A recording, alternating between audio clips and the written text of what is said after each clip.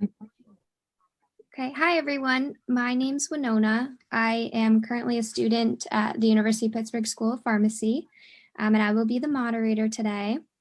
So thanks everyone for joining us for the Healthcare Showcase tonight. We have 6 panelists. We have Dr. Sylvia Usuansa, Dr. Andre Samuel, Dr. Laurie Paluti, Dr. Tamara Floyd, Neoma, and Madeline.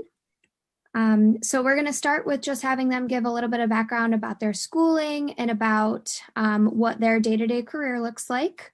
And then we'll move into some more general questions. But students, if you have any questions that come along, feel free to either put them in the chat or use the raise your hand feature.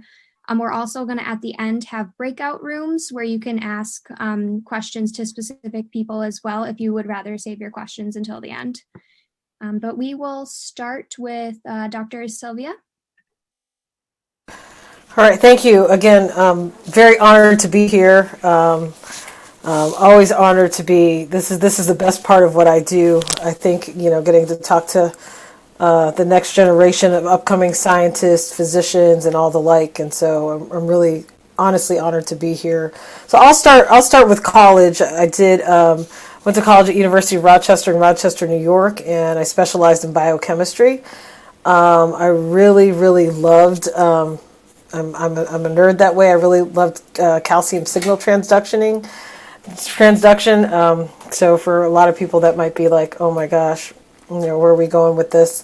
But did a lot of community service as well. So founded a program called Kids to College where we brought underserved kids to college to see what it was like, and they sat in on classes with us, had lunch with us, just to get the feel for what the college environment was about.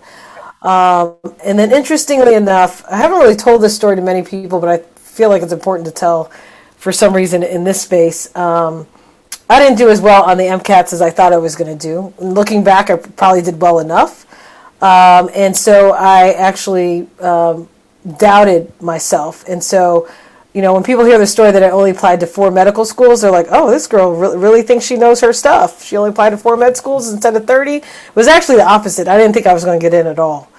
And I had the fortunate opportunity to be a part of the minority mentorship program. That's why I think mentorship is so important. Dating myself, 98 in Chicago, where I got introduced to 4 of the medical schools in the city of Chicago and created relationships there. And so lo and behold, the one and only school that took me in was University of Chicago, which is a phenomenal medical school, one of the preeminent medical schools in the country. So honored to be able to go there. And the person who called me is now the Officer of Diversity of ACGME, Dr. William McDade. And he's been my mentor for ages. So it just goes to show you, that there's, the sky's the limit, to not doubt. But a lot of people don't know that story. Wasn't the best at test taking, and I still struggle with it from time to time. Left the University of Chicago and then went to DC to do my pediatric residency to focus on taking care of the little ones, not little adults, but pediatric patients. And went back and forth on what I wanted to do. I know I didn't want to be a general pediatrician. Wanted to specialize in something, and emergency medicine was great because I got to work with all the different systems. I didn't subspecialize on the eyeball or the heart, and there's nothing wrong with any of those things. To Dr. Floyd's, astute acumen, nothing wrong with focusing on systems. It just wasn't for me. And I knew I wanted to have a family, and so I like the idea of shift work, being off on a Tuesday, being off, on random days, being able to go hang out with my children when I had them. So I like that. And I like the detective work. I like to be able to figure things out on the spot. But like for the most part, a lot of times being able to make kids feel pretty good, pretty instantly, like a broken bone that gets fixed, or, a tummy ache that you're able to help out with, or some of those things. And other things we don't solve right away. And then I love the idea of when I'm home, I'm home. I don't have a pager. I can focus on my family, work my 8, 10 to 12 hours really, really hard, and then get to go home. Interestingly enough, my husband was kind of transitioning too at the time. Won't go too much into that, but he went from like an industrial mechanic to a firefighter. So you can imagine, we realized that we both couldn't go to school. So I actually worked as a general pediatrician in the emergency department for 4 years. And you can do that in pediatrics. You can't do that in adult medicine. Adult medicine, you have to choose. Either you're going to be an intensivist, a medicine doctor, or an emergency medicine doctor, and you're going to have to follow that track. You can't be just a generalist or hospitalist working in an adult emergency room. In pediatrics, we could do that, but there's certain aspects that I wasn't able to be involved in. But I was so engrossed in it, and I was doing research, but I wasn't gaining any momentum in my career. I wasn't moving. So I was doing all the pediatric emergency medicine stuff without getting any of the credit or financial compensation for that matter. And so I decided to do a fellowship in pediatric emergency medicine, not just for the money, but because I loved it. I realized after 4 years, this is what I really wanted to do. And at the time, I was waiting for my husband to finish the fire academy and paramedic academy because we both couldn't be at school at the same time because we had a child at the time. So that was in DC, and then I headed up 95 north to Hopkins into my pediatric emergency medicine fellowship. And then with my husband being a paramedic, was very interested in the interaction between EMS and the emergency department in the hospital, and so decided to do another fellowship. So I did a emergency medicine medical services fellowship right after. So I joke with people that by the end of my schooling, I could have easily been a neurosurgeon, because that's basically how long I've been in school post-college. So 4 years of medical school, 3 years of residency, and 2 fellowships, which was a total of another 4 years. But I love what I do, so that's why you see my title is pre-hospital and EMS medical director. So I get to take care of kids inside the hospital and outside of the hospital, which I think is really, really cool.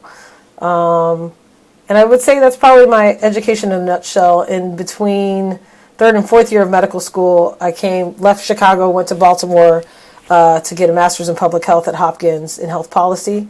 So that's a lot of what I do as well. And then came back to University of Chicago to graduate. Luckily on time to have then Senator Obama speak at our graduation, who soon became president. So had a lot of connections there, so that was nice. And yeah, I think that kind of sums it up and gives other people some time to give their story. Thank you so much. Next, we'll turn it over to Dr. Andre Samuel. All right. Thank you, Dr. Sylvia. And biochemistry, yes, I am a biochemist. So, that was sort of my background when I was working on my thesis. So it's really good to hear that and to see that someone else majored in that, especially someone that looks like us, right? So because we see so few of us. So hello, everyone. My name is Dr. Andre Samuel. I am a biologist, and I am a executive director and founder of a nonprofit here in Pittsburgh. I grew up in Washington, D.C. I lived in Northwest Adams Morgan. I was very lucky to live in an area that was full of just multicultural richness and loveliness. That's the only way I can really put it. DC is known, its nickname is Chocolate City because it has a high population of African Americans, but it has a high population of good looking and affluent African Americans, which is the major difference, I think, in some of these cities when it comes to the Black population. But I grew up in Adams Morgan, which was a multicultural area. So as a child and as a teenager, I went to school with people who were from Nigeria, from Liberia, from Guatemala, from El Salvador. I went to school with people who were from China, who were from Korea, different parts of India, just all over the world. I had a good friend in elementary school. His name was Darius. He was Polish, and so I had this really rich cultural experience that allowed me to get an appreciation for everybody, all these different cultures. It allowed me to experience a lot of different cuisines. So growing up, I got to experience authentic Nigerian food, Caribbean food, Pakistani food, Ethiopian food, and all the likes. So that really just opened up my world to other people and appreciation for those cultures. The other thing about DC, of course, was we had our own Black culture. So I grew up on go-go music and Chuck Brown, all right, and Rare Essence and the Junkyard Band, Sardines, Hay, and Pork and Beans. A lot of y'all won't get that reference, but it was a huge music scene as well, rich with culture and all of that. I was an average student. And the reason why I say I was an average student was because I was the type of student that was brilliant, but I was also the type of student that liked to act out, because I had my own issues and my own demons that I had to deal with. I was adopted, I had, a number of issues, but I was smart. I was very smart, and I always did well academically, but I always acted a fool in class. And so what my teachers would do is they would deduct points from my tests and stuff like that to try to get me to behave myself. So, I eventually got to a point where I realized that I needed to apply myself because I had goals. Unfortunate for me, that didn't kick in until about my junior or senior year in high school. So, I had the dream of wanting to be a veterinarian. I graduated from high school in 1989. I went directly to Tuskegee University as a pre-vet major with the goal of becoming a veterinarian.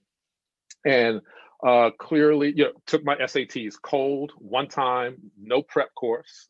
Didn't know what a prep course was. All I knew was my mom was like, go take the SATs. So I took the SATs. And I got in, barely, but I got into Tuskegee. But when I was down there, I lost focus. I didn't focus on my goals, and I actually had to sit out for some time.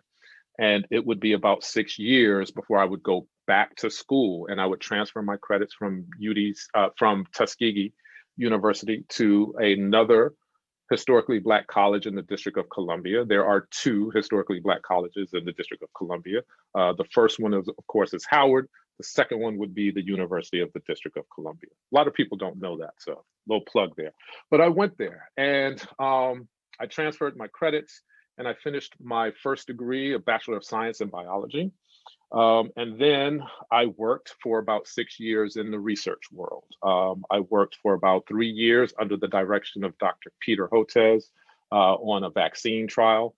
I did a lot of animal research. And so I did a lot of, working on vaccines and cures. And we did a lot of research on animals. So I've had a chance to work with anything from mice, rats, guinea pigs, rabbits, canines, pigs, hamsters, and then my ultimate favorite were the primates. And I'm talking about people like monkeys, if we're going to use the common term, but for non-human primates is what I got a chance to work with, and that was my last research job. And that was phenomenal. There's there's nothing like being able to hold like a 30, 40-pound monkey in your hand while you're dressed up in all this BSL-3 protective gear and being able to study infectious disease and be able to contribute to cures or research that you see advertised on TV. So a prime example would be Humira, which is a anti-TNF inhibitor. I did work on testing Humira and the reactivation of tuberculosis in monkeys many, many years ago.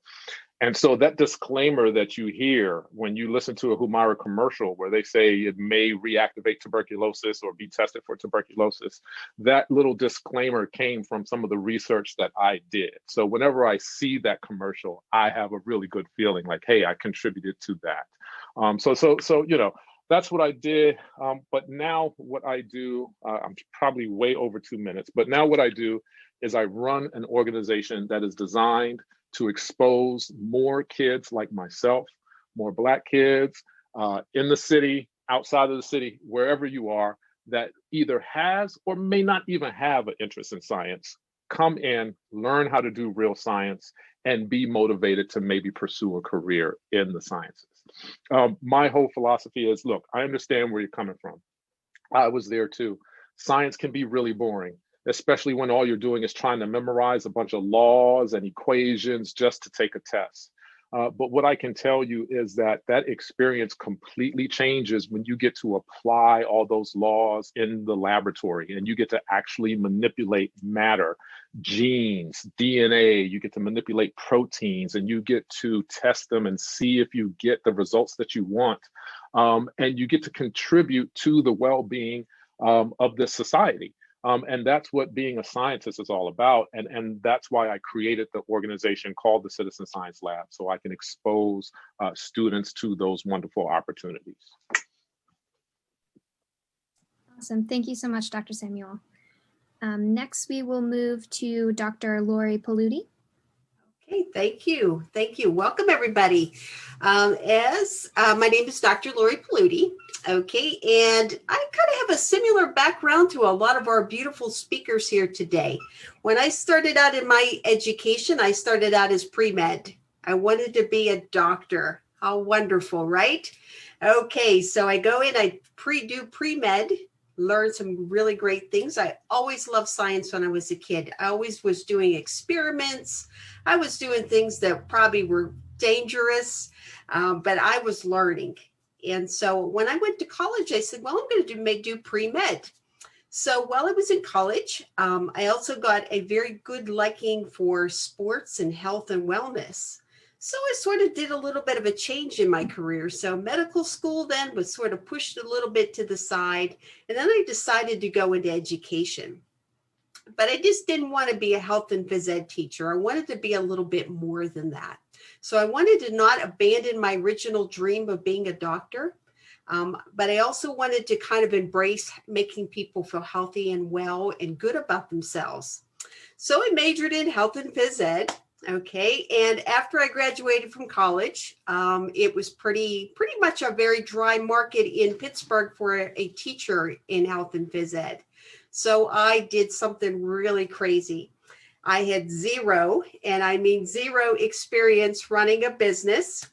And I decided I was going to start a business. So I started my own corporate health and wellness business. Went out, did personal training. I actually worked in networking with hospitals to actually work with doctors. And what we did is we actually, people who were getting released from physical therapy and cardio rehab, who needed to continue to exercise, we would work together. And they would, of course, then release their patient to me, and I would continue their journey. What a marvelous 10 years it was. And to this day, it will always be my first love. It will be my first thing I've ever done, is making people feel wonderful about themselves again, improving their health. So then I went into higher education. I taught health and phys ed. Great career, really loved it. Met a lot of great college students and helped them, of course, to feel healthy and do well in their studies and just in their physical health. Then probably around 2014, I got very interested in technology again. Okay, and it's really funny how your career can pivot. And I hear some great stories here today about people's careers and how they changed and how different things happen throughout their lifetime. That journey will always be with you. That's why you have to keep your options open and your ears and your eyes always open wide, because you never know when opportunity is going to be there for you. So I did something really drastic, and this was something super, super drastic, is that I never thought I would do this. In 2014, tech was coming out. I jumped on board, thought it was really great to get involved in tech. And then, of course, at that time, I had stopped at a toy store to get all these little tech toys and all kinds of things to do some different projects and things. And they were flying a very small drone around in the store. Okay, wow, discovered it. And the rest is history from that point forward. So at that point, as drones were starting to get more and more popular, I studied all about them. Remember, I had zero aviation experience. Aviation was never in my mind ever. And see what happens is I go into a toy store to have some fun, and now I walk out with a new career. Really, really different. Probably around 2016, I got my license, FAA Part 107, or your commercial drone license to operate a drone. And I studied super hard for that. And I passed on the first attempt. Wonderful, great. And then in probably about 2019, I started my own business once again. You'll remember something when you start your new business. Once an entrepreneur or a business owner, always a business owner. Okay, so after spending all that great time in higher ed, I knew what I was destined to do, and that was to own a business. So that will fast forward to now, 2021, and that's how I got here. I operate my own business called Pittsburgh Drone Services. And what we do is we provide unmanned aviation education and training. And we also do some research for underserved and minority populations. Because when I looked at aviation, it's very different. Aviation is a whole different kind of a background. And I didn't see many women.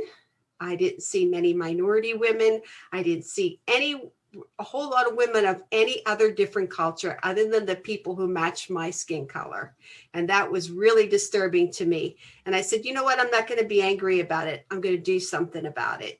And that's when I formed my own business. And I said, what I will do is I will go out and I will educate and I will find people to get into this discipline. So as that's kind of sort of a mixed bag of tricks there as to how my career started. And as I said, this journey for me it hasn't always been smooth. Remember, I started out in medicine and then I went into teaching and education, and now I'm in aviation. So talk about a really, really big, long journey that I had never really anticipated when I started school. I had my doctorate in business, and I did that backwards. I owned the business first and then got the business degree. So that was kind of a different thing there. My master's was in technology, and of course my undergrad was in what we called exercise science or movement science. So I will turn this podium over to our other brilliant speakers here today. But welcome everybody. I am so pleased to be here sharing my career with you. Thank you, Dr. Paluti. Next, we will turn to Dr. Tamara Floyd. Excellent. Hi, I'm Dr. Tamara Floyd. Thank you guys for allowing me to speak here. And I'm so happy and excited to be part of this and to see all the students that are on. But so my name is Dr. Tamara Floyd. And the way my whole story started out was, and you guys probably are not familiar, but there was a show called The Cosby Show. And there was a Dr. Huxtable who was an OB-GYN at the time. And I was like, Dr. Huxtable, I want to be a doctor. So that's when I decided, I want to be a doctor. So I started going through class. I went through the undergraduate process. I finished my undergraduate at the University of Georgia in Athens, Georgia, where I majored in biology. And I minored in Spanish. But kind of, part of that process was taking the obvious science courses. And one of those science courses is organic chemistry. Not fun. So I took organic chemistry. The first time I took it, I actually failed. And I said, so there's no more being a doctor for me. And I was, kind of down in the dumps about it. But I said, you know what, I got to keep my eye on the prize. And so I retook the course. I took a summer and I said, this is when I'm going to take the course. So I took the course over summer and I made an A in the course. So I was like, okay, I can still do this. I can still become a doctor. Undergrad initially applied to medical school. And my first attempt at medical school, and I think one of our other panelists already talked about the MCAT process. And I didn't score as well as I wanted to. So I went through that whole application process and I didn't get accepted. And that was another hit for me. I said, maybe I won't be a doctor, but I said, you know what, there are other options. And at that same time, I had family experience with the cancer in the family. And I said, maybe I want to be a cancer doctor, meaning, a cancer doctor, another term for that is an oncologist. And part of that process, you go through and you become an internist. You go through the internal medicine process first, and then you finish a fellowship. So in order to do that, and some of the things going through my reading was, research is big for that. So I questioned whether going through the MD, PhD would be an option for me. So after that, and after I didn't get into medical school the first time, I decided I would pursue more research. And the reason for that is whenever you're applying, you do want to have a resume or a CV or a curriculum vitae. And that would be something to have that research experience. What was important to me to help my next next time my chances were getting into medical school. So at that point, I took some time off. I did research initially at the NIH, or National Institutes of Health, with the National Cancer Institute in Bethesda, Maryland. So that's near DC. And I was doing research on mouse models. And after that, I did additional research at Emory University in Atlanta. And at that point, again, another little hit, I was like, and now I'm older and I'm going to be an old medical student. But I still decided this is the path I want to take. So I applied again to medical school. And this time I kind of applied very broadly. And I ended up being accepted to Rush University Medical College, and that's in Chicago. So kind of at this point throughout this process, I was able to move quite a bit, but kind of with all those experiences, I was able to, see more diverse populations and get to experience a lot of things. So that was a fun part of this. But at Rush University is where I got my first experience with surgery.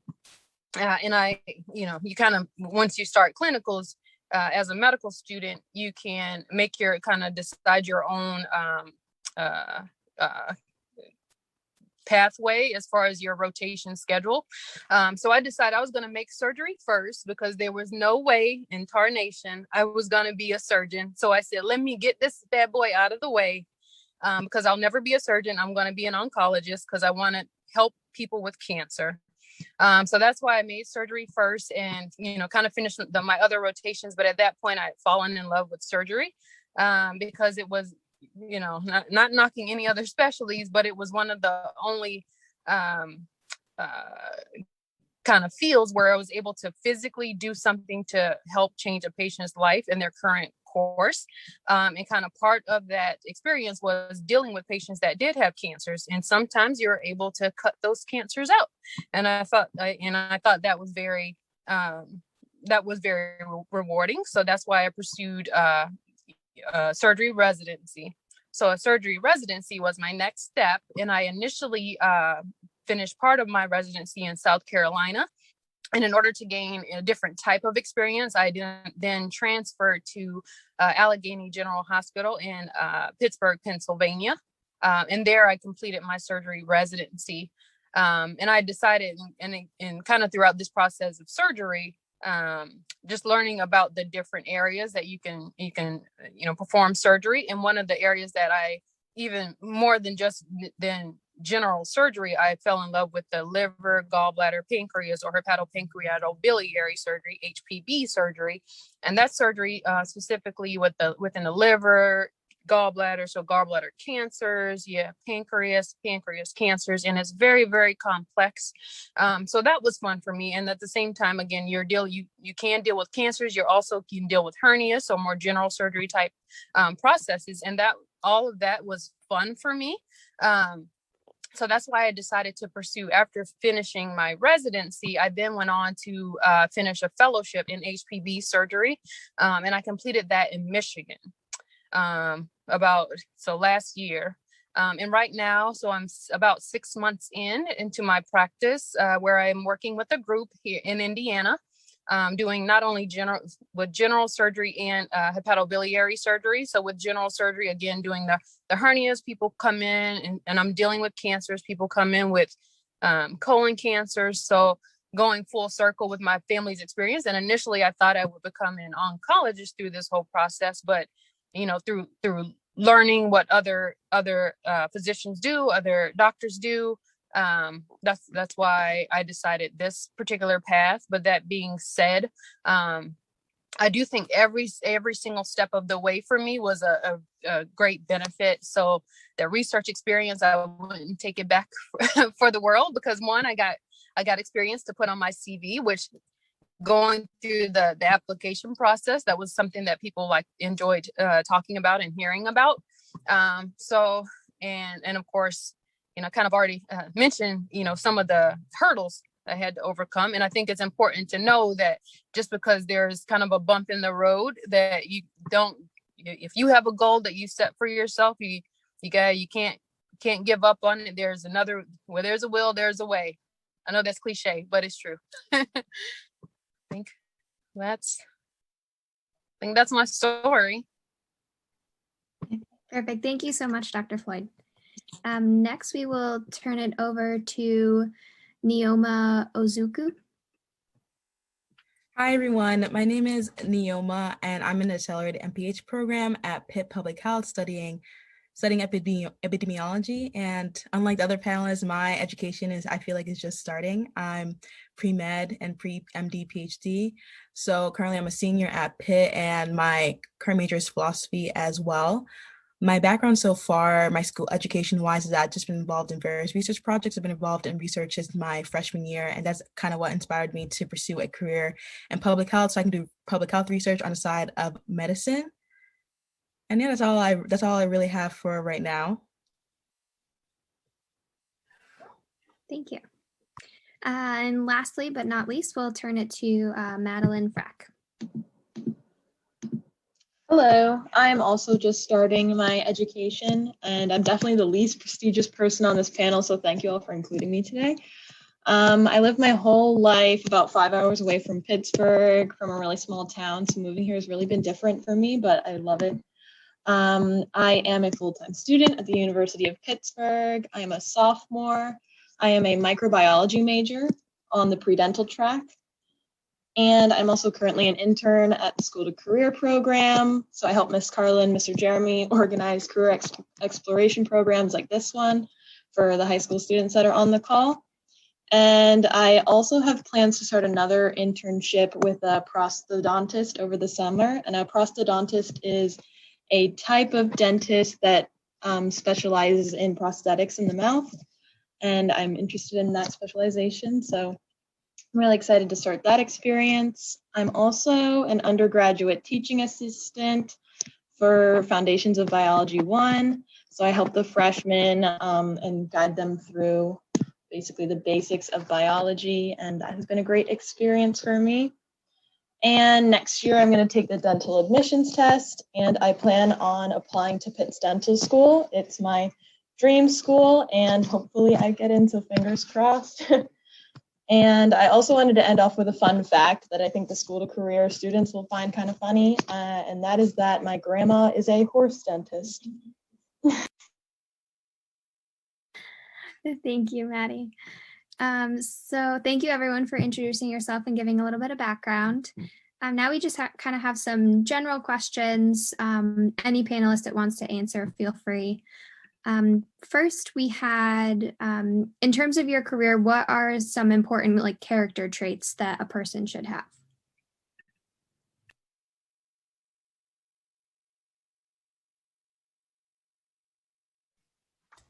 I'll go if no one wants to step up. So I'll say for my job, a good characteristic trait to have really is a sense of creativity, for sure.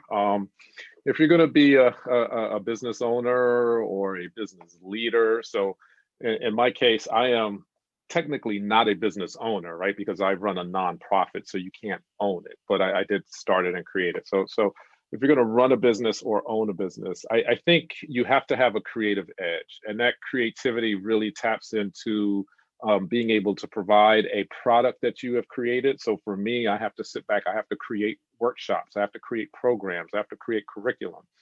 I have a 3D printer in my office. So sometimes I have to sit down and 3D print prototypes of something that I'm trying to develop for the lab. So there's certainly a creativity, I think, that is needed if you're going to lead or be, even decide to go into research, because you really have to think creatively about how you are going to design an experiment to test a certain idea or a hypothesis. So there's that.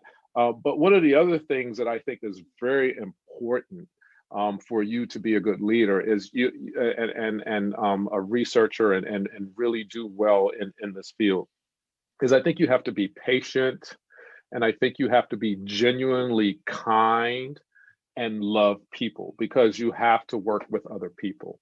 And sometimes working with people means you got to sit back and wait for results. So you have to be a little patient. Sometimes it takes time to develop those partnerships. So you have to be patient. But you also have to be genuinely friendly and I think good. There's some people who have a philosophy of, you know, if you're going to go out there and run a business, you got to go out there and have this sort of catch them all, eat them all, devour them type attitude. I don't run my business with that philosophy. I guess maybe it depends on what kind of business you're running, but I believe in being collaborative. I believe that we can get more work done together than I can alone. And the best way to have people understand that that is a part of my philosophy is to have them feel very comfortable when they're with me and in my presence and when they're doing work with people in my organization. So I try to make sure that that's a part of the culture as well. We all treat everyone with respect.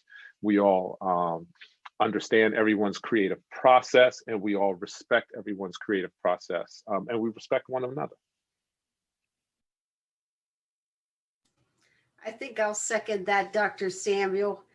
Everything you have said, because I do the opposite. My business is for profit. And with that being said, the most important thing you have to remember is not to ever be afraid to take those chances. Never be afraid to voice yourself, to be stand up when you see something that you may not agree with, but be strong enough to stand up. So those are the things that I see as you start your journey. Is there is an old school way of doing things. And I think Dr. Samuel and I have been through that time in history and where things were a lot different. And we came through that time in history as better people. And of course, we knew we were going to change it. And that's why we're here today. So I think that's the most important part is don't be afraid. And I say that to you ladies, do not ever be afraid to stand up and think just because you're a woman, your voice doesn't matter, because it does. And I say that to everyone, regardless of your race, regardless of your age, everything about you. Don't be afraid. Take the journey, and you'll learn there are no mistakes. There's only lessons to be learned. That's how I approach it. And remember, I came through a very different time in history, and that's the approach I use today. I would say perseverance. You know, everybody's story, there was some moment in time where things changed for them, whether it was business or academic achievements or lack thereof. And, Dr. Floyd said this over and over again. At some point, she had to pick herself back up. I had to pick myself back up with the MCATs and some of these other things that I didn't discuss and say, we're just going to keep on going. And we're just going to keep on doing it. And we're going to make the best of that experience. So not necessarily look at it as an all-out failure, but to look at it as an experience that maybe didn't happen the way that you thought it should go, but ultimately in the end, when you persevere, it works out. And so, you hear this all the time, but it is so true because a lot of what we do is really, really hard. I think, sometimes when we're watching TV and things on the internet and things of that nature, things look so easy. Like you watch an athlete and you watch these athletes and they make it look so easy. What you're not seeing is the hundreds and hundreds and hundreds of hours they're putting in the background for that one game that you're watching, right?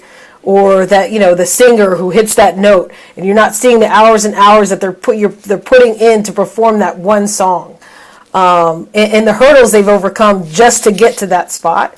And so, want you to know, for things that are worthwhile to gain and obtain, it's going to be hard, or it's going to be worth it. And perseverance is key. You just got to have that spirit of, I'm just going to keep on going regardless. Nothing or no one is going to stop me. I also think another character too is just being curious.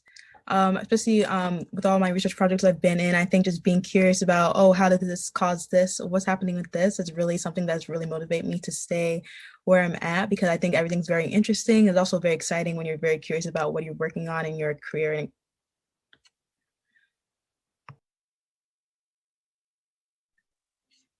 Thank you, everyone. Next question we had was, what was your favorite research or project that you've been a part of, either recently or throughout your career?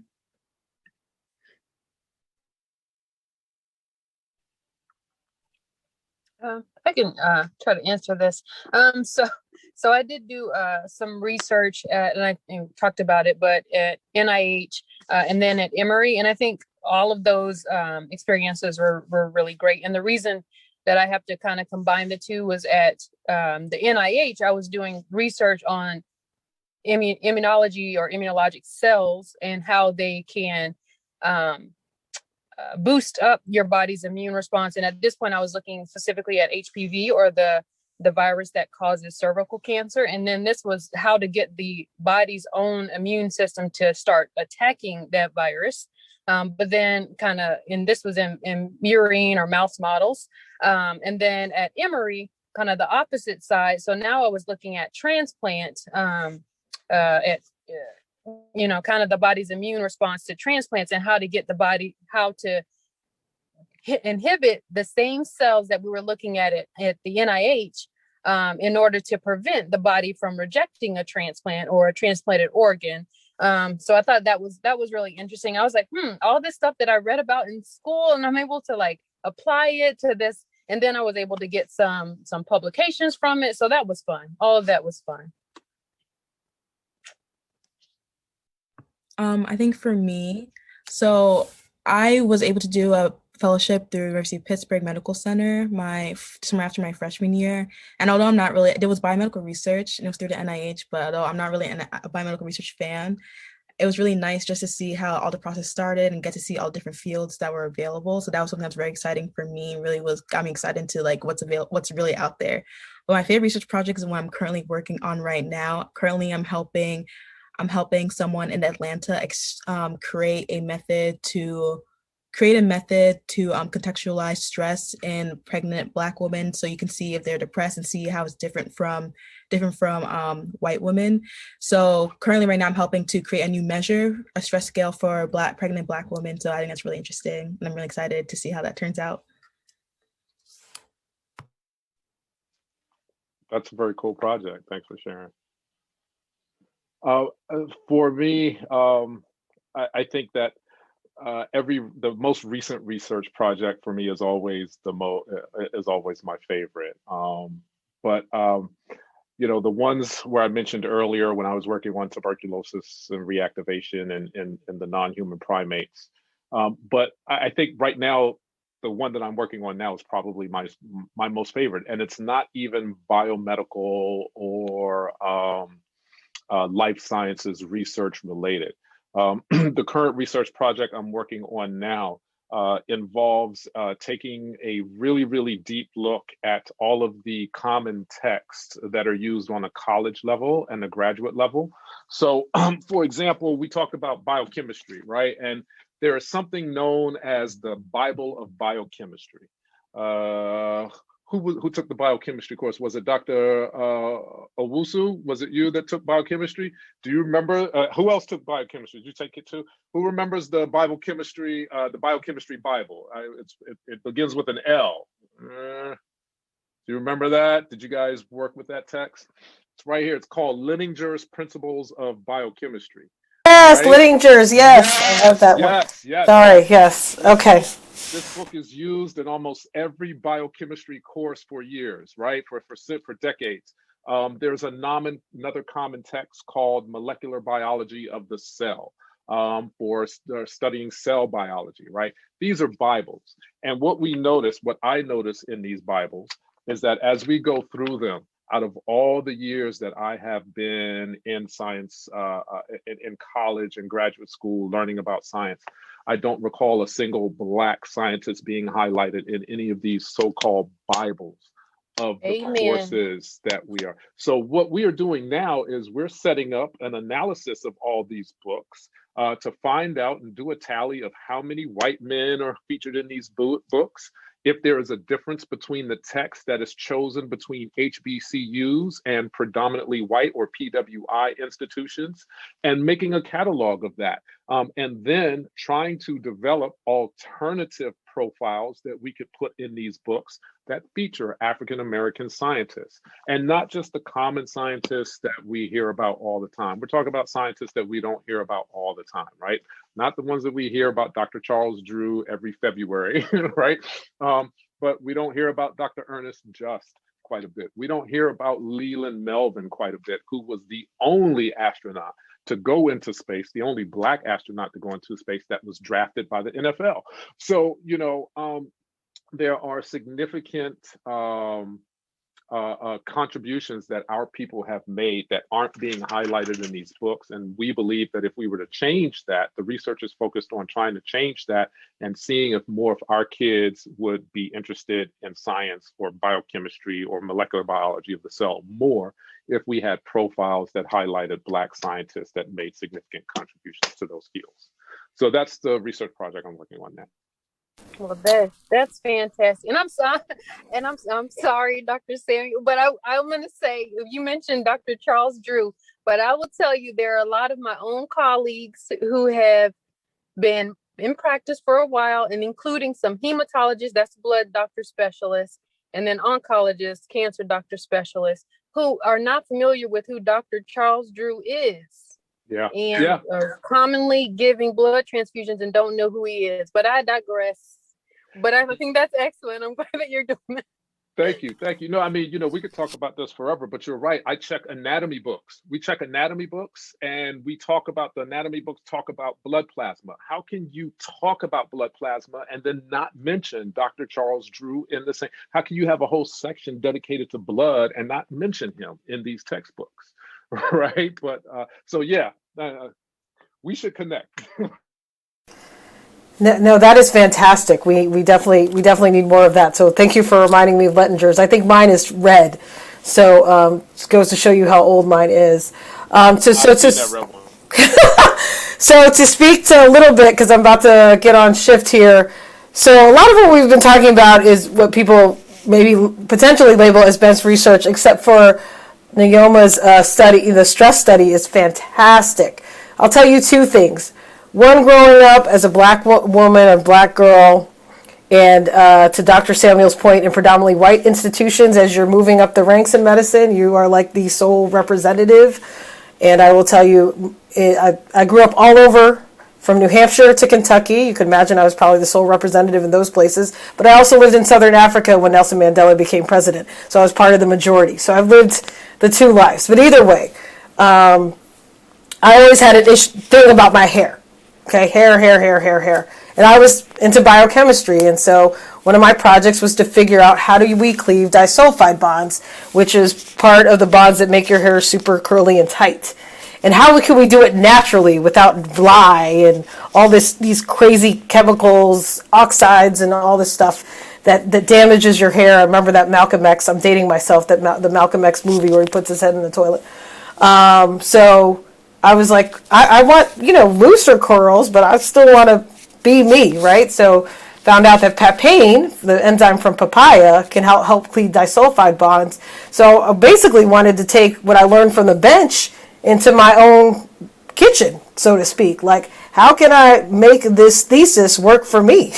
Like, as a Black person, like, how can I figure out how to do this so I can make natural hair care products? I didn't get very far and I'm encouraged by the entrepreneurs on the call, and I'll probably connect with you later. I would like to continue to do that. Fast forwarding to tying is the out of hospital, in hospital.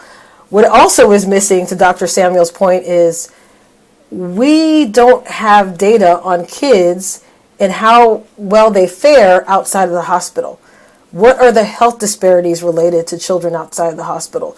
Those with asthma, those with diabetes, those with sickle cell. I'm very interested in these qualitative types of studies.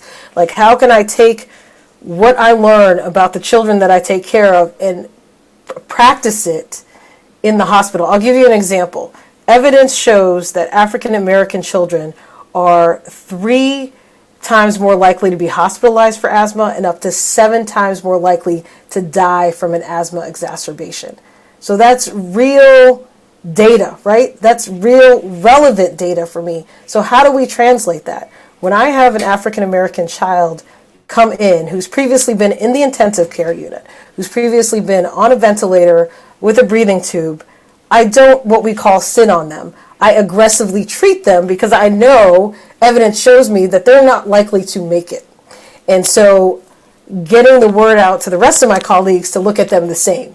You can't just throw, you just can't give them a couple of puffs and say bye-bye because they might not come back. So that's the kind of research that I do on the qualitative end of things. And that's the stuff that I'm really excited about because it can easily translate into practical management of patients, especially particular patients of color. And to that is, we talk about sickle cell disease, and Dr. Floyd talked about the NIH. So there are more patients with sickle cell disease, predominantly of color, Mediterranean or African descent, but there's less research money going towards those patients compared to cystic fibrosis, which is a much more rare disease than sickle cell disease. And how do we combat sickle cell disease when there's an opioid epidemic? So how do we combat the systemic racism within medicine when these poor patients, and they're young, right, are deemed as drug seekers? How do I, as an emergency medicine doctor, how do I change that? So that's the type of research that I'm doing now, both in and out of the hospital. And that's the stuff I'm really excited about because I feel like you can translate right then and right there by building up that evidence and putting it into practice. I wanted to add onto what Dr. Owosu said. So one of the reasons too why I love epidemiology is because she mentioned the risk factors for Black children, but then with the epidemiology too, you can see how the political and social can inform the scientific factors that she said. For example, like she said that African American boys are like 3 times more likely to get asthma. So when you look at the epidemiology behind it, socially and politically, you see that Black children are more likely to be in areas that are heavily polluted due to disparities that contribute to the higher risk factor. If Right I on. could just add, if I could just add one thing for the students, and I hope what you all realize that the common theme here amongst all of us, even though we've all studied different things and researched different things, the one great thing about being a researcher is that you can research what you want to, and you can research what you are passionate about and what you feel is going to affect you, your people, your community, or your population.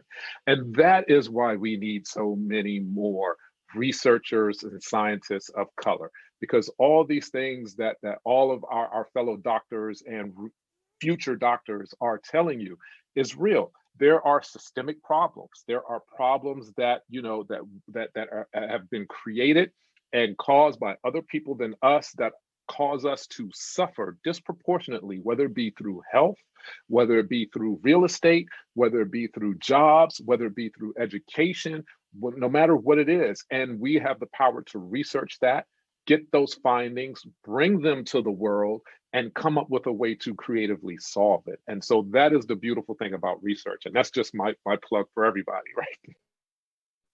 Oh, I completely agree, Dr. Samuel. And I just for the students, I don't want anybody to feel discouraged about any of the conversation going on.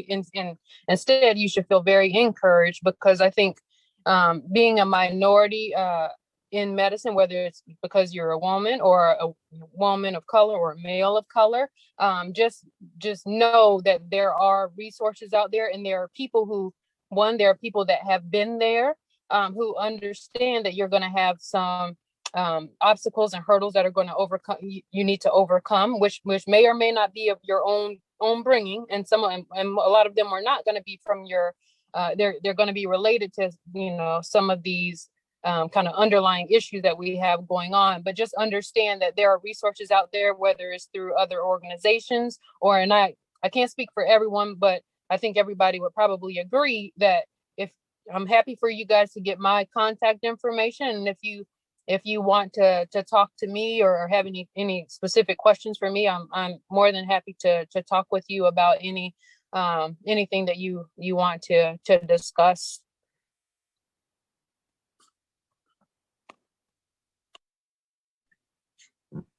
Thank you. next question we had was, what advice would you give to current high school students, such as classes or volunteer opportunities or community service activities that you think might be helpful for them if they're interested in your line of work? I'm very heavily involved in campus and activities, and my one advice is just do things that makes you happy, that you find interesting. Especially if you're pre-med, I know there's a lot of people, they'll just do things just to check it off the list. But for me, everything I've done is because I'm very passionate about it, because I do like to help people. And when you're passionate about things, you really do enjoy and you do get the most out of it. And even with classes, I came in as a biochem major and I started taking philosophy classes, and I found out, because they sounded interesting, and then I found that I really love philosophy and ethics. And I found my way through that path, and that's how I found my way through public health, because I realized the ethics behind scientific research. I would say make sure that you look at your skills. Every time, everyone always thinks that they never have enough skill, they never have enough education. But when you sit down and you write that all down about all the things that you do, all the things you created, all your thoughts, everything, it's called a skill inventory. And you just pretty much just kind of brainstorm about everything that you have actually done, from the smallest, tiniest thing all the way to maybe something big and major. All those things make a difference. Okay, because if you can remember, I started out as I wanted to be a doctor, all the way now to I'm flying these flying robots in the air. Okay, and that was not anywhere near a part of any of my future as to what my journey was supposed to be. But once I sat down and I started writing things down that I did, things that I tried, and things that I didn't do so good in, there's always lessons to be learned. So that's the one thing I would tell you is try and be creative, and just don't ever think you don't have enough, because you'll be surprised when you write it down of how much you actually do have. I would say, remember that it's a very biological aspect, but we, as a species, the human species, we really have one of the greatest, I think, most powerful organs on earth, and that is the brain. Our brain and our way of thinking, our creativity has allowed us to evolve from these beings that roam the earth, learning to try to find a way to create fire and hunt and gather, to the beings that have created all of this wonderful technology and everything that we use to this day. So remember that your mind, I think, is one of the most powerful things that you have. You can learn to do absolutely anything. I often tell my staff, I don't ever want to hear from them like, I don't know how to do that, and then just leave it. Your train of thought or the way of thinking should be, I'm not sure how to do that. I don't have any experience, but I can certainly learn. And you can learn to do anything that it is that you want to do.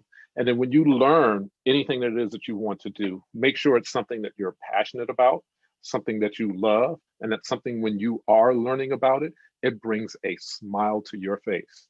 That is the only way I think that you are going to find a career that you absolutely love, as well as one that's going to help take care of you and your family and help you accomplish your goals. So remember, this right here, you can learn to do anything that you want. Dr. Laurie taught herself how to fly drones. I taught myself how to fly drones. I had a student, 19-year-old freshman, come in with a drone into my lab once. I had hired him and he was like, oh, I got a drone. I said, what? I got to get one of those things. So I got one and I learned how to pilot it myself. Yes, there were ups and downs. Yes, I had accidents. Yes, I had to replace parts and order parts. But guess what? Now I'm a bomb drone flyer, right? I work with Dr. Laurie, right? And Terry, and we're creating programs to help create new Black drone pilots. And 3D printing. I didn't know how to 3D print, but I taught myself how to 3D print. So, you don't have to focus on the skills that you have. Also remember, you can also build new skills, and it's the building of new skills that will also take you and elevate you into new places.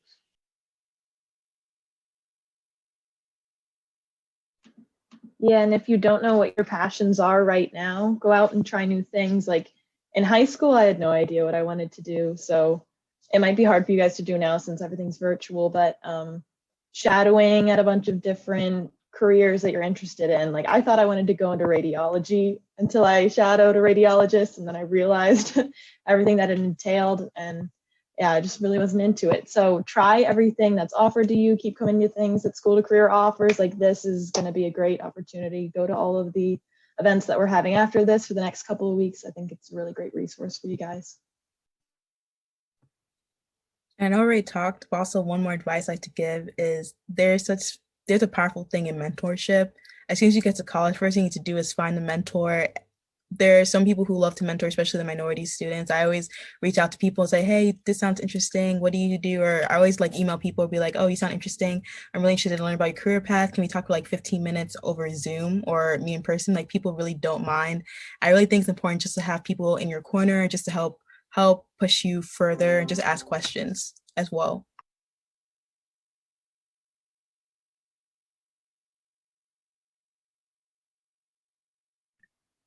Okay, thank you, everyone. So I think last question before we start moving into breakout rooms, how do you see your field evolving in the next 5 to 10 years?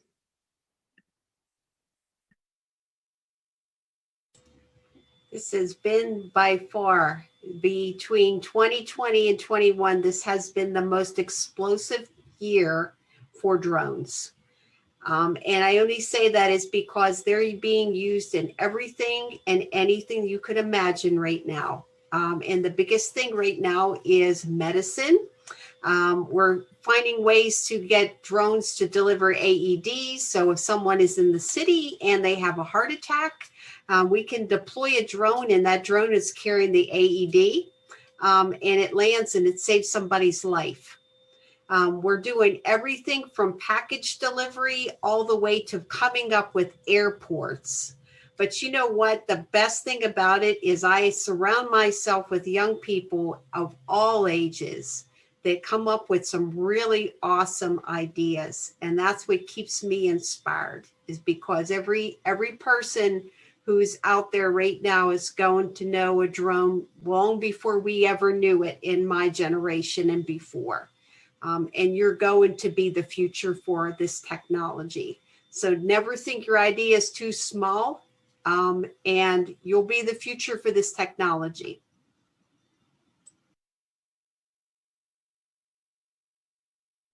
I would say after like now the field of public health is going to evolve a lot, especially post-COVID, especially epidemiology, because you see like now we've seen what it's like when we don't have an adequate public health infrastructure with that the government doesn't really support, because since we're such an interconnected world now, where people are thinking about, okay, when's the next public health disaster going to happen, because it is going to happen the way that people travel back and forth.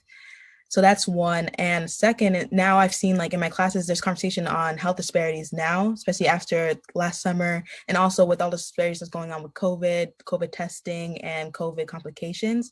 And I think in the future too, so now we're going to start talking about post-COVID complications, how it's affecting different populations. So I see it evolving a lot, more people getting interested in public health and how it affects people.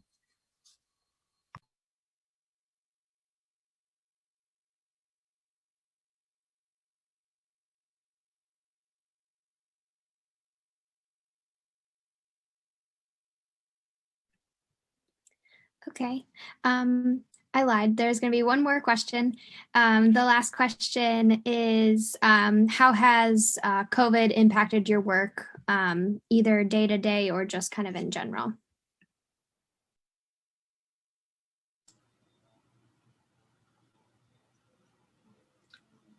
I think it's put us away from each other. Some of the technology, of course, that I work with can be done, as a thing with one person. But I think it's sort of moved us away from the meeting in person. But at the same time, I can say this has been such a, drones are being asked to solve a lot of problems right now. So while it's COVID was taking hold of the nation, we were scrambling to come up with solutions with our technology to try to solve these problems as they continue to come up. We've developed a very rough prototype now of a drone that sprays disinfectant. So with that being said, that's going to help in the fight against COVID and any other thing possibly that can affect our nation. So from my perspective, we've been always on guard since this pandemic happened. We can be called at any time to do anything related to COVID or disaster.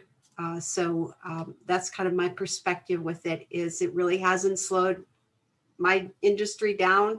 If it's done anything, it has really put a lot of speed behind it, because there's so many things that we need to resolve with our technology.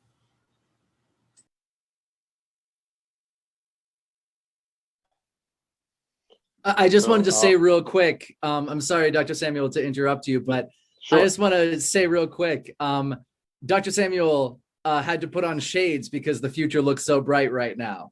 So I just wanted to say, besides the fact that I am nerding out so hard on this conversation and I love seeing your responses to each other, but it's just so wonderful. Yeah, Armani, it's definitely corny, but I'm Mr. Jeremy. Have we met?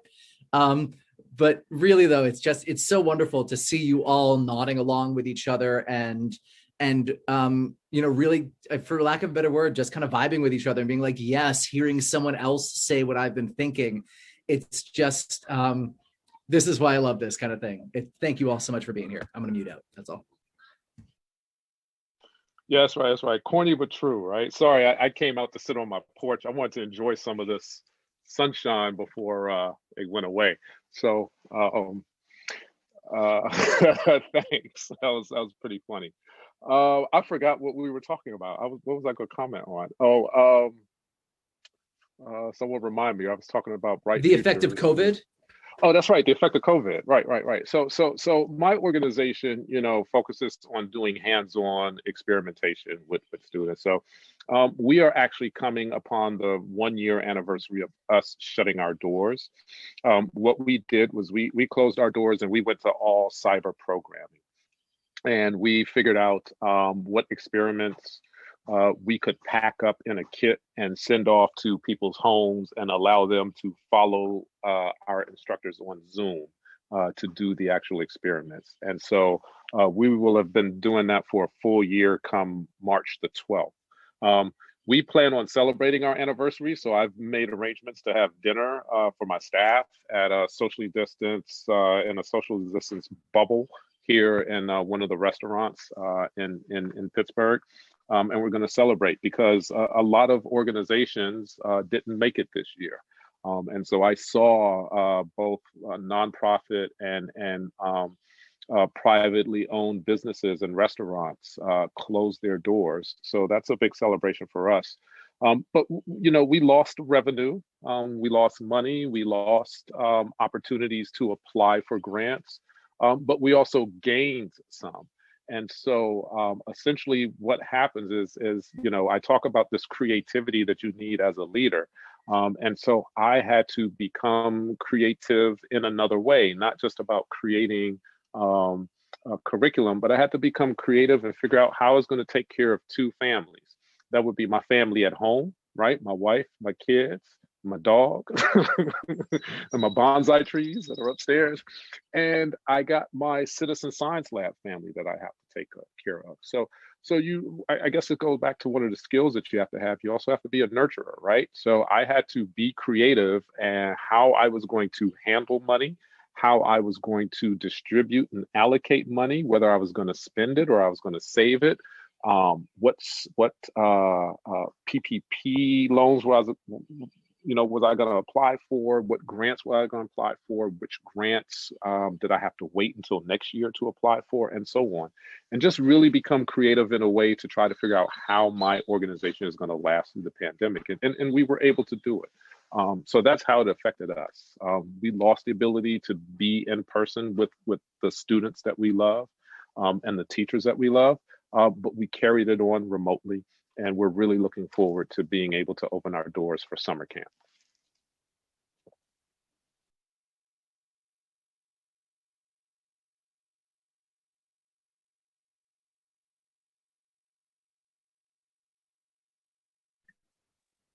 Okay. At this point, Miss Carla, do you think we should open breakout rooms or just have everyone stay in here? I'm open for either, and that's what I was just inboxing to you. So you all tell me. I know breakout rooms can be a little overwhelming sometimes to get those started. We did have them set up. If we want to do maybe one round and just sort of scramble people and they can ask questions, if you want to do that, or we could just open up the entire, it's about 15 minutes left if we want to, do 5 minutes of one and then open it up, or vice versa. I'm open for either. Catherine and Terry, I think it might be a nice opportunity to have a little bit of prompted conversation too, if we don't go to the breakout rooms, just because if somebody asks a question of one of the panelists, then other panelists may be able to chime in with their opinion. So I think there's a benefit to staying all together too. I agree, Jeremy. But first of all, I just want to thank all the speakers. I mean, I know most of you. I actually brought most of you on. We've worked in the past at AGH with Dr. Floyd. She is amazing. If you ever seen her in action, you would be so proud of her. And she knows what I'm referring to. She's the best. She really is. And I worked in anesthesia as a technologist. And while there, you get this sense of pride when you're walking down the hall and there's not many of you.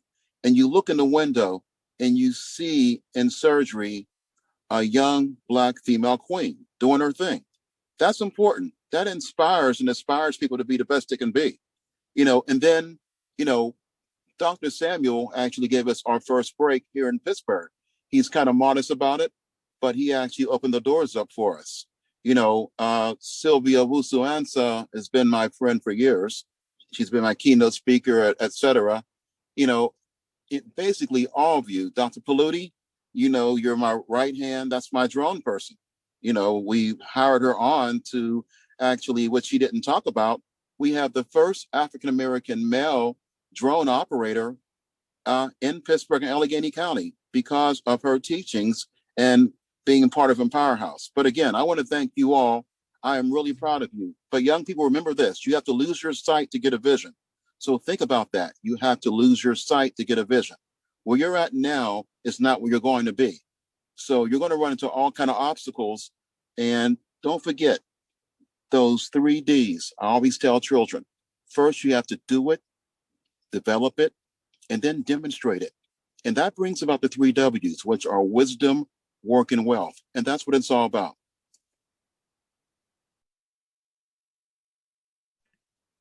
Thank you. So now I think we're just going to stay in the main room. So students, are there any questions either in general or for a specific panelist?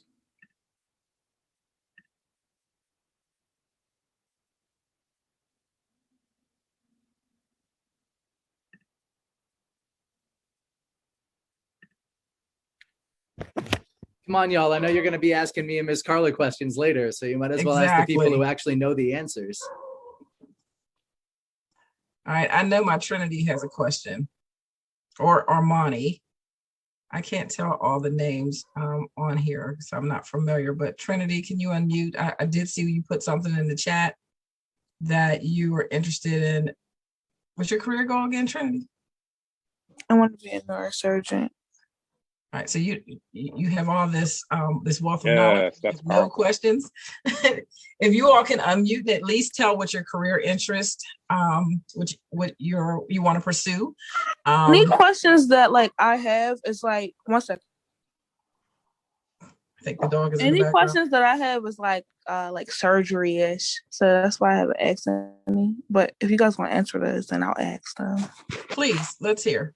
Yeah, but a lot of us have done surgery in some form or another, so it's all relative. I mean, I may have not done human surgeries, but I worked on animals and research, and part of that involves surgical process and procedures. And you know, I think Dr. Owusu left, but she was a surgeon as well. But we also have Dr. Floyd, our other surgeon here, Dr. Floyd. Yeah. So you know, I encourage you all to ask whatever question you can. That's why we're here, and we'll be honest with you.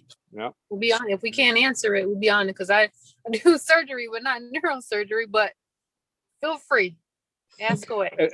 Yeah, the great thing about us is that not only are we well off in our careers, but we also have connections. And another thing about a researcher or doctors like us and people who are working to become doctors are that if you don't know the answer, you usually know where to find the answer.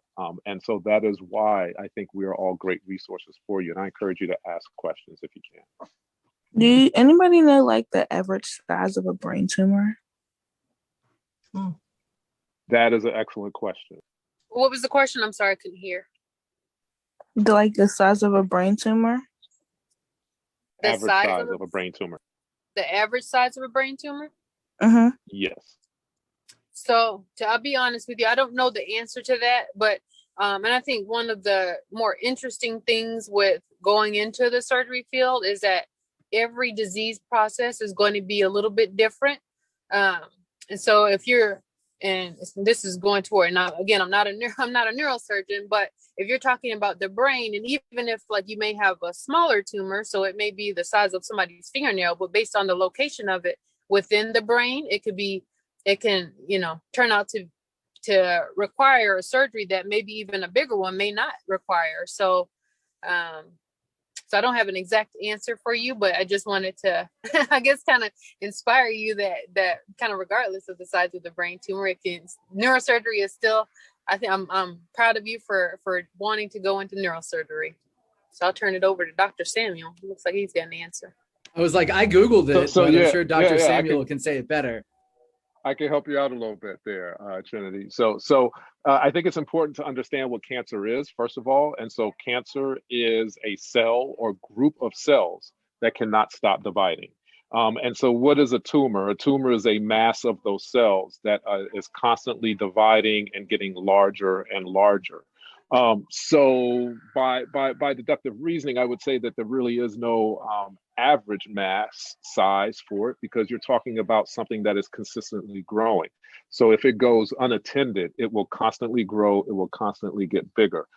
Tumors can be as small as a pin, the head of a pin, as when they're first starting off, and they can get as large as maybe my dog here or bigger sitting on the side of me. So it really depends. It's hard to, I think, pin down a average size of tumor.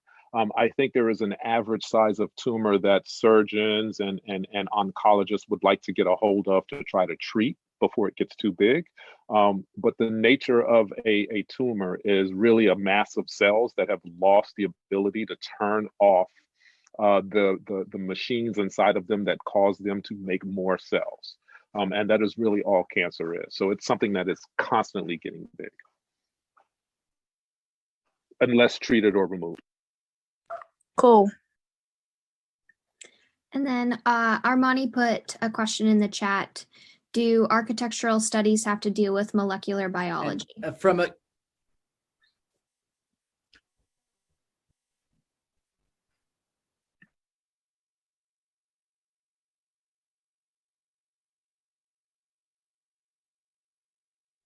Armani, I answered your question in the chat. They do not have any overlap at all. Miss Carla, you muted out at the end of your sentence there. Oh, do architectural studies have to do with molecular biology? Okay. So I would say that there are similarities, to be quite honest. If we study the cell and we study the body and human tissue, we know that there are things called scaffolding proteins. We know that there are proteins that are designed to create structure of the cell and of tissue. And the way that those things are designed and put together you know, there's in biochemistry, we have this thing that says structure determines function. And so I think that is where the two really connected. You can kind of really see them, I think, on the same level. Whereas if you're talking about architecture, the structure of what you're designing is also going to determine the function of what you're designing. And the same applies to molecular biology and biochemistry and biology of the cell. The structure of the cell, the structure of a scaffold protein in the cell, the structure of an organ in your body determines its function. If you change that structure, then the function can either be lost or gained. Same thing applies to architecture.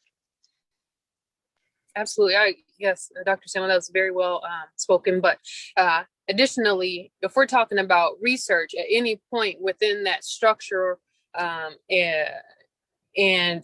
by doing research, you can find a way to intervene to change how a cell is functioning. And going back to Trinity's question about the size of a tumor, so something that, you know, if somebody's interested in research, you know, in addressing that part of the structure of the brain tumor, and that's where you want to intervene. I think with the creative processes going on and knowing that that scaffolding builds up that function in order for a cell to determine that it's going to become a tumor, and you can intervene at that point, will be it'll be really rewarding. And then similarly, if you know the function of a cell and you say, you know what, this cell is not performing the way it needs to be performing, how do I help? And if you want to go into medicine, or I'm kind of speaking to Trinity, but if you want to go into medicine, what way can I get this cell that's not structurally functioning appropriately, and you need to take it out? I think, again, that's rewarding. So going from cell or molecular level to where you can intervene through research, or where you can intervene through medicine or intervene through surgery, I think all of that is rewarding. And anywhere along that process, you can find somewhere some interest and creativity. Can someone explain what chemo? Let me see. Yeah. So I can tackle that one. So chemo is short for chemotherapy, and chemotherapy is a treatment. If you see the word or therapy, kind of treatment, and chemo is using chemicals in order to treat. So chemotherapy, the way it works through medications, and the purpose for chemotherapy is to attempt to change how a cell is behaving, again, through the mechanisms of action of different types of medications that you're using for different purposes.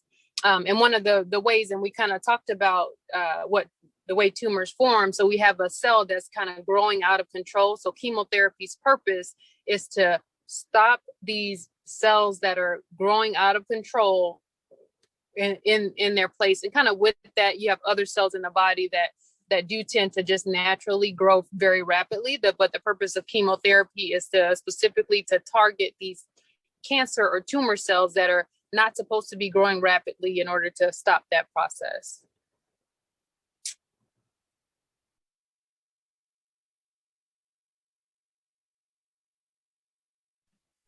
And can we get some I know that I'm not a. oh, I'm sorry. The one thing that just surprised me as a layperson about chemotherapy is that I had a close family member who had to go through chemo, a couple of them actually, as I'm sure many of us do. But kind of a statement and a question. So when I asked their doctors about it, they said that chemotherapy doesn't really discriminate between cancerous and non-cancerous cells. Is that the case? Is that the cause of why people get so sick during chemo, because it's not targeted? That is correct. And a lot of times, so again, going back to the other cells in the body, like your skin cells, for example, that naturally turn over very quickly, hair cells, which is why a lot of times, depending on the chemotherapy that a patient is going through, if you have family members, they will lose their hair with the chemotherapy. And that is because these cells tend to be they're doing what they're supposed to do and turning over rapidly. But the way the chemotherapy is working is in effect is also affecting those cells. So not only the cancer cells, but also some normal cells as well. Gotcha. Thank you very much. I appreciate it. Okay, I think that's about all the time we have for tonight. So I just want to say thank you to all the panelists who joined us. This was an amazing panel. And thank you to all the students for everyone's attention. And we hope you learned something maybe about what you want to do in the future or just in general about healthcare. We look forward to seeing you again within the next few weeks to learn even more about the opportunities that exist within healthcare. And Miss Carla wanted me to mention to be on the lookout in the next few weeks for the Zoom links. And then also for our sports medicine session, you'll be mailed out kits. So just keep a lookout for those. Thank you, Ms. Winona. On behalf of School to Career, I would just, sorry, Ms. Carla, I saw you just unmuted. I didn't want to steal your thunder there, but I just wanted to say thank you all so much, very, very, very much. Immeasurably for being here. And for our CEOs who are with us, our career exploration officers, could we at the very least have a mics off, if not mics on, if not cameras on, round of applause for our panel, please. Thank you all so very, very much for being here. And we look forward to seeing you all to bookend this program at the end too. So this is just exciting all the way through for us. So thank you. This was an amazing kickoff. I'm just sitting here in awe. You all have been amazing. This is the best Zoom call in a year. So this is a celebration for us. I am so excited. It's going to be hard to beat, Carla. Exactly. I'm just done. These are some Shaquille O'Neal shoes to fill here. Oh my gosh. Week one, it's big. Week one, I mean, this is the best kickoff we could have anticipated, expected. It was better than anybody even projected. And we didn't underestimate the panelists, but this was just awesome. I want to go back to school and, pursue anything with medical in it. I think I can be a surgeon now, but this is so inspirational to our young people on this Zoom, to the people that are going to watch it on our YouTube page. This has been amazing, and I cannot thank you all enough. This panel is phenomenal. You all, the work and the research that you all are involved in, it's just breathtaking. That this next level, come on, another round of applause. You all were awesome. So thank you, thank you, thank you. I'm trying to stay on time, but again, if you're one of the young people on this Zoom, please reach out to me so I can verify your address and get your kits out for next week. We will have some of these panelists back again in May and some in April. So again, we're not letting you all go. You all did so wonderful. I think I'm just going to be stalking you all for quite some time now. And congratulations again to to Winona and Maddie and Neoma. I'm so glad we were able to get our college students on here. You all rock. I can't look, in a couple of years, this will be you coming back, giving back to these young people again. So I'm just overwhelmed. Thank you.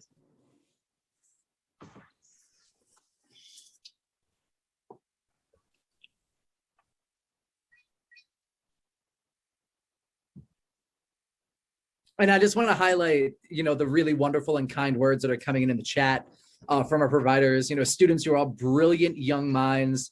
You can do and be successful in whatever you choose. I mean, just to hear, not only to hear from professionals that this is, we talk about SMART goals and making them specific, measurable, actionable, reasonable and time bound. The thing that I would love for you all to take away from this, if nothing else, is that even if your goals aren't specific and they're not time bound yet, they are attainable. There is nothing that you cannot do, regardless of what kind of, if you'll excuse the slang, what kind of hater is trying to break you down. It's about staying true to yourself and doing what means something to you. So we're all here to help you and support you in achieving those goals, and don't hesitate to ask questions and ask for help. You're right. Hey, Jeremy, you're absolutely right. I want to thank you all, first of all, School to Career, the Pitt School of Pharmacy. This is really good. We have some great people here. And you all are actually inspirational to our young people. This is all about your future. We're not here just to be here. We're here because we actually know that there's potential that's within you to be the future Dr. Floyds, to be the future Dr. Palutis and Dr. Sylvia Wusu-Ansahs.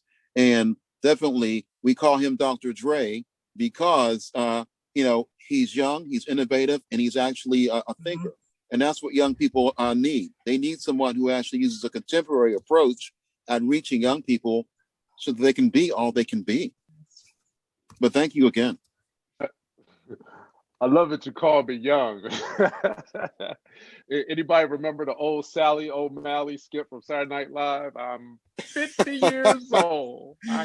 That's making me feel old. I can kick. So right, I'm 1 year away, but I'm be 50, and I can stretch and kick.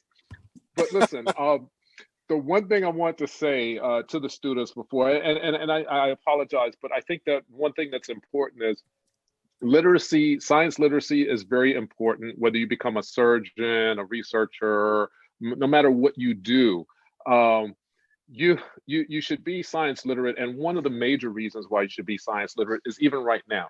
As a scientist, as a researcher, as a person with a science background that understands how drugs are made and how infectious disease is fought and so on, I don't have questions or concerns about whether or not vaccination is appropriate for me. Okay, and I'm just talking about me. So I think that a background in science also helps you filter out the people, the individuals, the organizations that are providing you with false information to make you afraid of something that you really don't have to be afraid of. And that is the other beautiful thing about science education and having some sort of science background. So Trinity, if you want to be a neurosurgeon, I encourage you to read everything that you can about neurosurgery, read everything you can about the human body. There are plenty of books that are not textbooks. You can go to Barnes and Noble, you can go online to Amazon, and you can find books that tell stories, amazing stories about stuff that is in your field. And so that's it, right? I read books about infectious disease, and that's how I got into infectious disease. So, all right, and I'll let it go because we're out of time. Thank you to our panel again. You all have a wonderful night. Enjoy the little bit of sunshine we have left. I think it's still in the 70s or 60s. So please get about an hour's worth of sun. And again, we'll be in touch. I'm just speechless because this was amazing. Thank you. Carla, I think I'm ready to become a doctor too. We'll split it, Miss B. Okay.